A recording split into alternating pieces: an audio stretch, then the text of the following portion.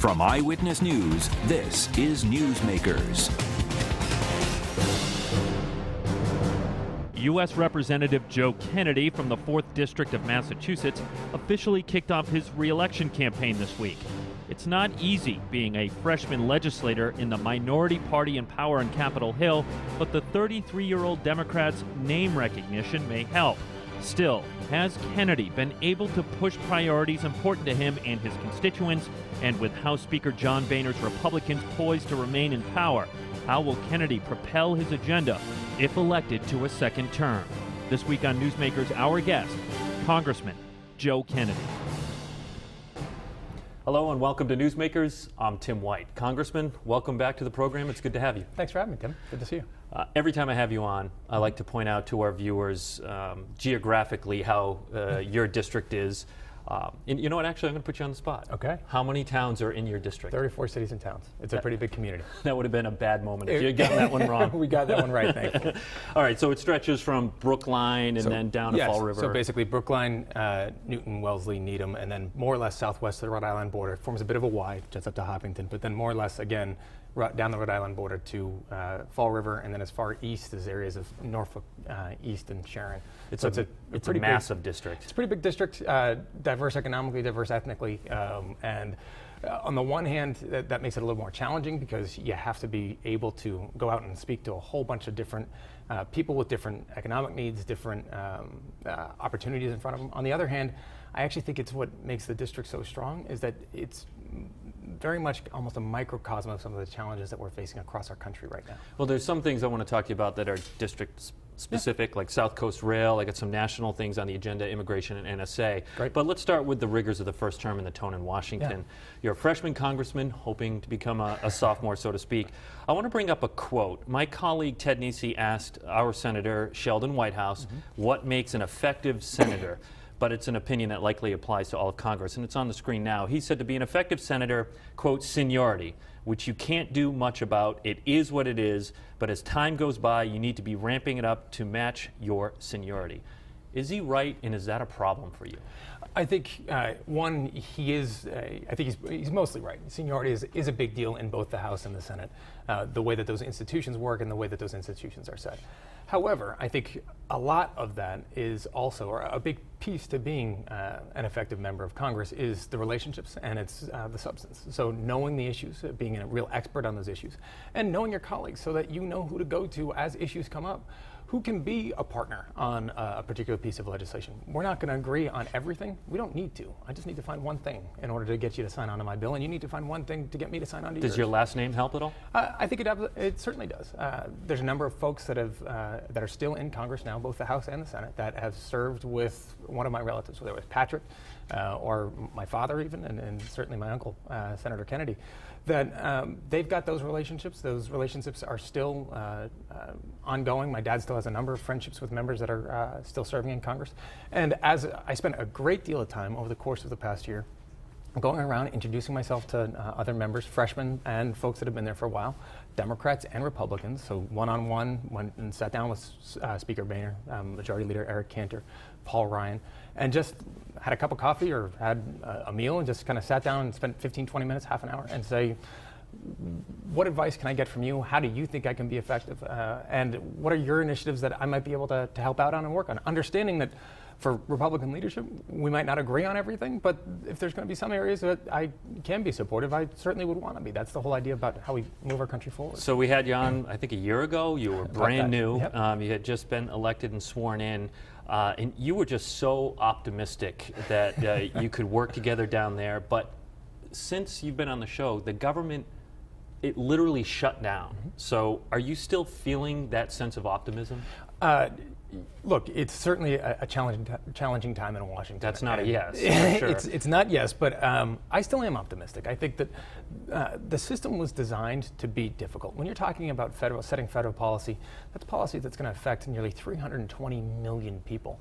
It's supposed to get through the House of Representatives, get through the Senate, and then be signed by the President. And particularly when after an election where America says we are endorsing again a Democratic president, we want a Democratic Senate, and Republicans have the House of Representatives, that means that anything that's going to get through has to be truly bipartisan. And Well, yes, I think the gridlock has probably, it has stymied our efforts to get our recovery going and to try to get our economy moving more quickly. There are ways that we can, in fact, work together, put partisanship aside, and start to chip away at this. And so, particularly with your chamber, though, I mean, that's a hard sell. It's immigration reform, nowhere close. Extending long-term unemployment insurance, gone. Trade deals, that's a tough one. Obamacare, there's disagreements throughout that. So part of this is timing. So I think immigration, for instance, we've had, obviously the Senate, I think, deserves a lot of credit for getting a huge overhaul of one of the most complex areas of law that our country has. They had worked in a bipartisan fashion. Conservative Republicans, progressive Democrats from all over the country came together, formed the alliances and the constituencies needed to get a bill passed, and it passed overwhelmingly through the Senate. Heard Speaker Boehner indicate in the past couple of weeks that this was going to be a priority for him, that he moved his caucus and was trying to try to get them to at least to come out with a set of principles and to try to at least move the ball forward in preparation, I hope, for getting something done either late spring, summer, or potentially even in the lame duck session. We're not there yet, and I think you've seen some leaders in both the House and Senate indicate that this is not going to be a smooth road. There's going to be times where it looks like it's going forward and times where we're stepping back. And I think the important part for advocates of issues like immigration reform is that we have to keep the pressure on, keep being willing to talk to the other side, understand what the challenges are, why they're not quite ready to sign on to something yet, but then work with them and find a way to actually get this done. Do you think, is there any realistic shot immigration reform is going to happen this year? I think so. Then again, if you are in the minority opinion on that, if that's the case. If you asked me last year, I would have said I'd gotten done last year too. So I've been wrong. But I do think, look, there's nearly 12 million people that are here in this country already that we need to find a way to actually make the system work. I remember sitting down one of our orientation sessions when I first got to Congress, and I asked an immigration expert, can you tell me if I was from another country and I just wanted to apply for residency here in the United States, how long would I have to wait? And they said, well, we can't give you that answer. It depends on too many factors. I said, well, give me some parameters. They said, longer than you're going to be alive. If it's going to take, I was 32 at the time, if it's going to take 60 years to get somebody to be able to come into this country and be here legally and become a citizen legally, over 60, 70 years, that's not a functioning system. We need to find a way that actually completely renovates the way we look at this. And yes, we got to secure our border. Yes, we have to deal with the 11 or 12 million people that are here. Yes, we have to look at the employers that are end up hiring people that are here already, that end up depressing wages for the folks that are trying to actually work in this system the right way.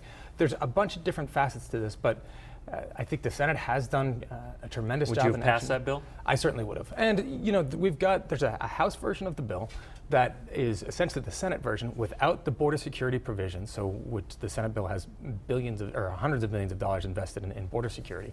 There's a House version of that bill that has almost 190 co-sponsors, including 3 Republicans. So there is some bipartisan movement there. Is it where we want to go yet? Not quite, but I think I'm hopeful. Let's move from federal policy to something hyper-local, the South Coast Rail. Yep. Governor Deval Patrick put up serious political capital to try and make the South Coast Rail project a reality.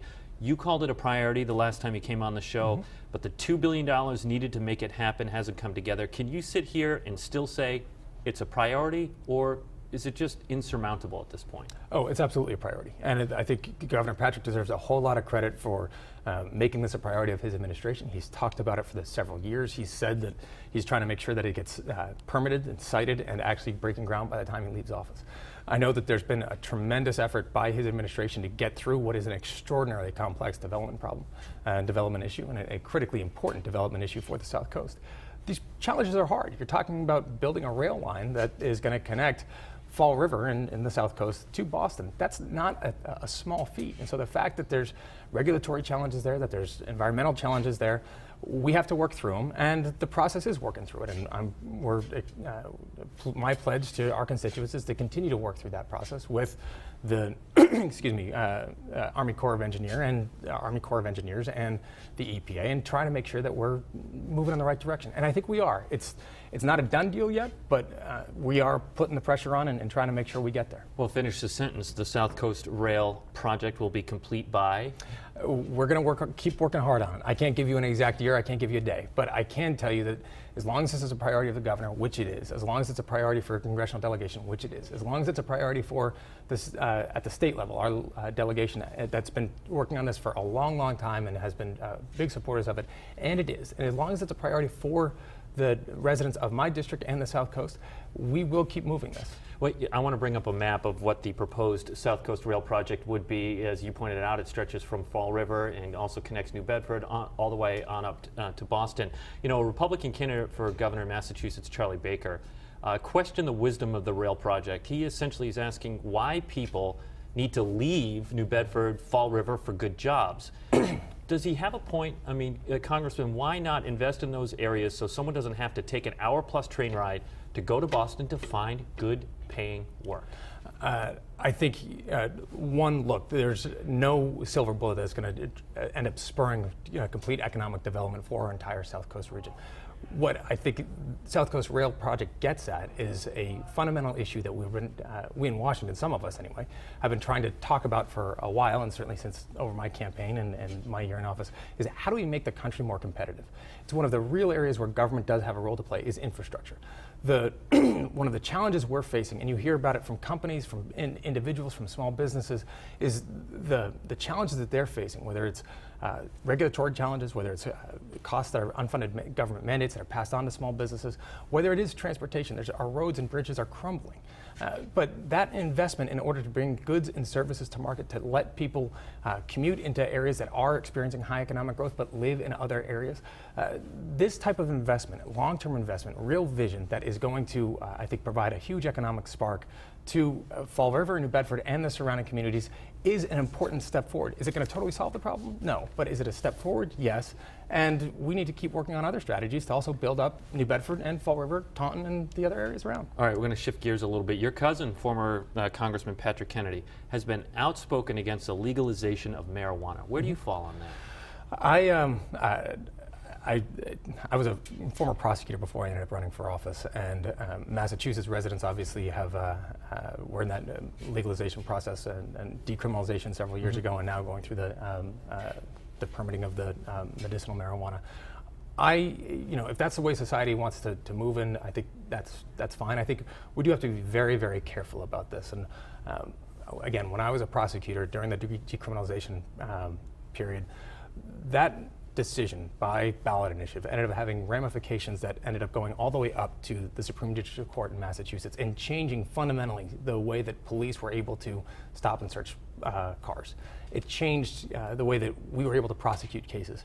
And that's something that I think most people, when they went into the ballot box and voted to decriminalize a certain quantity of marijuana, they didn't quite realize that that was going to be one of the potential ramifications of that law change. And so I think if we're going to do this, there needs to be a robust debate about what the changes in the law are going to do, how we're going to regulate it. And my concern is that some of these decisions, if they are rushed through, if they're not fully explained, can have some pretty serious unintended consequences. All right, so I get it. There are a lot of moving parts, but in the end, you have to press a green button or a red button. And I'm struggling to find where you'd be right now. I think for something like the decriminalization or the legalization of marijuana, I think that I don't support that decision being done by ballot initiative, because I don't think it is a red or green issue. That it's far more complicated than that, and the nuance is important, and the discussions are important. So people need to understand as they go in and when they do vote for one or the other, yes or no, as a ballot initiative, that there are in fact consequences to those decisions that haven't really been fleshed out in public yet, and that are potentially society is going to be litigating for a long time since, and I think, or a long time hence. And so I think really what needs to happen is this is a place that should be up for robust debate in our state legislature. Okay, we've got to take a break here, Congressman. When we come back, one of the topics we're going to hit up, the NSA spying scandal. Our guest this week is Congressman Joe Kennedy. Stay with us. You're watching Newsmakers.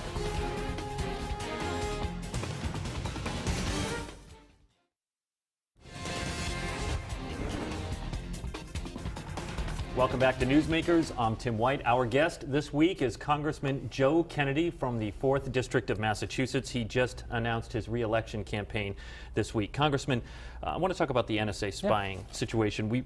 We're waiting for a new cybersecurity framework in the wake of all the revelations of the NSA spying situation. But overall, I'm trying to get a sense for how you feel about it. Are you comfortable with how the U.S. has conducted itself in terms of information gathering? I think no is the short answer on that. And I think there is a drastic need to have a large and robust debate about our practices and what we need to do in order to keep ourselves and our country safe, and how we go about doing so. So this is something I've dove into over the course of the summer and the fall, talked to a number of experts, talked to folks on both the Intelligence Committee and the Judiciary Committees, the committees of jurisdiction that are going to be dealing with the legislative reforms to our system. I've spoken with experts. The president put together a panel of 5 experts to really do an in-depth analysis for the White House about what can and should be done. They came up with 46 recommendations that included ending the government practice of bulk collection. Many of those reforms were already in a bill called the USA Freedom Act. I've signed on to that as a co-sponsor. It's being led by Congressman Sensenbrenner, one of the actually authors of the Patriot Act. And so I think we need to have a large debate and a robust debate, recognizing that there are bad people out there that are trying every day to do us harm, and that the government needs to do what we can to protect ourselves, our citizens, and our interests. That being said, did we overstep our authority? Well, I think what needs to happen, in certain circumstances, yes, but I think what really needs to happen is the foundation for the policies that were already in place were laid from laws about, this gets into the nuance, but from how third-party records are held and how the government can access them from cases back in the late 1970s.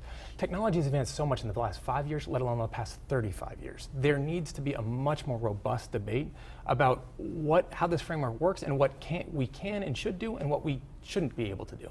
But that also starts with you and me and the American people to understand how we can, through I think the right processes, also protect our civil liberties and our national defense. This should not be, and it does not have to be framed as an either or, civil liberties versus national security. There's ways to protect both if you put the processes in place correctly. And I think we need to make sure we're doing that, and I think we're starting in that debate, but I think you'll see a much broader debate about it in the months ahead. You made something called STEM, science, technology, engineering, math, a signature area for you. How do you see it helping the depressed manufacturing cities in your district? And can you point to any real successes from STEM in the last year and a half? Absolutely. So I think, look, I come at this as very much from an economic perspective. We've got in Massachusetts about 250,000 people unemployed and about 160,000 job openings because they require skills that jobless don't have. There's an incredible mismatch or inefficiency in the labor markets, and we need to make sure that our colleges and universities, community colleges and vocational schools are training folks up to fit those the jobs and the skills that are demanded by those employers. And I think STEM has a great opportunity there. You go through some of the vocational schools we have in Massachusetts, and I've got some great ones in our district. So Southeast Regional Vocational School, Tri-County in Franklin. You walk through the machine shops, you walk through even culinary arts, you walk through the mechanic shops. These kids are coming out with a skill set that gets them right into the job market with a skill that can put them to work right away. And I think that's going to be a key part to our economy going forward. We've done a lot in terms of trying to bring people together around this, and it's something that I think has a real potential for growth going forward. This part of Massachusetts has a growing and a blossoming manufacturing sector, particularly in advanced manufacturing, medical device manufacturing, precision manufacturing. And it's one of the reasons why I ended up crafting probably the biggest piece of legislation in my first year it's called RAMI, the Revitalize American Manufacturing and Innovation Act. That's trying to spur investments in R&D around. And what's the status of that bill? So we've got a great co-sponsor, Republican co-sponsor, Tom Reed from upstate New York, who's the chair of the House Manufacturing Caucus. We've got bipartisan co-sponsors in the Senate, Senator Sherrod Brown and Roy Blunt. They're pushing it in the Senate. We're pushing it here in the House. We've got close to 30 co-sponsors, basically 50-50, more or less Democrats and Republicans. And it was highlighted by the president in his State of the Union address. So that gave us a really important bump. It's modeled, Tim, after this program from a pilot program in Youngstown, Ohio, that was actually done by the Defense Department around this process called additive manufacturing, otherwise known as 3D printing. It's now got over almost 80 organizations put in place, 40 different companies creating this incubator around this new, what was a new manufacturing process. And the possibilities really are spectacular. And so I'm optimistic about the prospects. It's one of the pieces of legislation we'll be pushing over the months ahead. And Tom Reed's been great in pushing it as well. So it's helpful to have a strong Republican lead. Politics, do you think Hillary Clinton will run for president, and should she? I think if she decides to run, she's going to be a spectacular candidate. I have no doubt about that. Should she? I'm going to leave that up to her. I think from somebody that's only run one campaign. What do you want to see is what that question means. I think from somebody that's run only one campaign, and certainly not one as nearly as complex as a presidential campaign, it is a very personal decision. And I think that she's smart to take her time with it, to make sure it's the right time for her to do it, for her family to do it before jumping on in. What about your former law school professor in Massachusetts, Senator Liz Warren? Elizabeth Warren. I'm a big fan of Professor Warren. Now Senator Warren. I met my wife in her class. It was the first class of law school I had, first class, first day. So I'm a big fan of hers. I think she's done a spectacular job in the Senate. That's a question for her, whether she's going to do it. She's indicated that I think at this point that she's content staying in the Senate. Whatever she decides to do, I know she's going to be a great leader for Massachusetts. Are you going to endorse any Democrat for governor in the primary in Massachusetts? No, I know a number of those candidates personally. It's a fantastic field of candidates, and I think each one of them is going out and really as they should and as the people of Massachusetts deserve, making their case as to how their vision and their leadership is going to propel Massachusetts into this next decade. And we've got some great opportunities and advantages in Massachusetts, but it's going to take strong leadership. And I think it's they've all got their strengths, and I look forward to watching them make their case. By most metrics that have been provided to us, Health Source Rhode Island, which is the portal for Obamacare here in Rhode Island, has been successful, and we're surpassing the marks. But what is going on in Massachusetts? It was used as a model for Obamacare, but their website, from everything I'm reading, has been a mess. They have tens of thousands of unprocessed applications. You can't be happy about this. No, we're not. And the director of the connector in Massachusetts is not either. It's something the governor I know has been outspoken about. It's something that we in Massachusetts, certainly as the state. Who is the director? Used, the director, I can't come up with her name off the top of my head. Well, I forgot it obviously as well, or I would. But bottom line, should that person go? I think that's going to be up to the governor, and I really think that the issue that we're seeing at this point is one, yes, there needs to be accountability across the system, but two, we got to get the people whose applications are being delayed. And your article in today's paper saying that many of those applications have to be now entered in manually to try to make sure that folks do get the coverage that they've signed up for, get the coverage that they actually need. Are you dealing with your constituents that are having trouble with this? I mean, they might think they're calling our office, and we're trying to be as helpful. Them? Well, we pass them along. We flag it for folks at the connector, and we try to make sure that folks that are getting, if they're caught in a gap, that they're basically trying to get the coverage that they need as quickly as we possibly can. And we've been somewhat fortunate in that it hasn't been as big an issue in Massachusetts as it has in other parts of the country. It's one of the opportunities that I've had, and certainly being down in Washington, plenty of folks ask you, how is healthcare reform going in Massachusetts? And yes, we've had this problem with the connector, and that needs to get fixed, and people need to be held accountable for that fix. That being said, Massachusetts, I think, as much as the policies around the reforms are a national model, what also is a national model is the reason why reform there has been so successful. And no one says we're done yet. There's clearly a long way to go to try to increase access and decrease costs. But we were able to form a coalition that kept the providers, the insurance community, the hospitals, the doctors, the patient advocates and patients all together to try to make sure that this system was going to work. We recognize that you're not going to possibly get this right the first time, you're not going to get it right the second time, but we are going to try, and we're going to continue to tweak this and work to make it better. And I think the results in Massachusetts, you're seeing what happens when we actually can and try and have a sustained commitment to actually get this right. We've got my district has the highest rate of coverage of any congressional district in the country. We've got in Massachusetts 98% of all adults, about close to 100% of all children covered. We've got our health care costs for the small business and the individual risk pool went up by about 1.6% as of, I think, last year. Compare that to 10 or 12% a decade before. So we're making some real progress. Obviously, there's challenges that remain, I have no doubt that people are working very hard on it, and we got to find a way to take it across the finish line. We have about a minute left here, Congressman. Yeah. You know, again, as I said in the first half, it was a year ago we had you on this set. We had a good conversation. I'm wondering now if has anything surprised you about this job? Plenty of things. I think the overall takeaway that I have is that it's probably better than I thought and a lot harder than I thought. The vast majority of my colleagues in Washington, I think, are good and decent folks that are genuinely trying to do what they think is the right thing for our country. We disagree on some of what that is. That's fine. That's actually how the system was designed.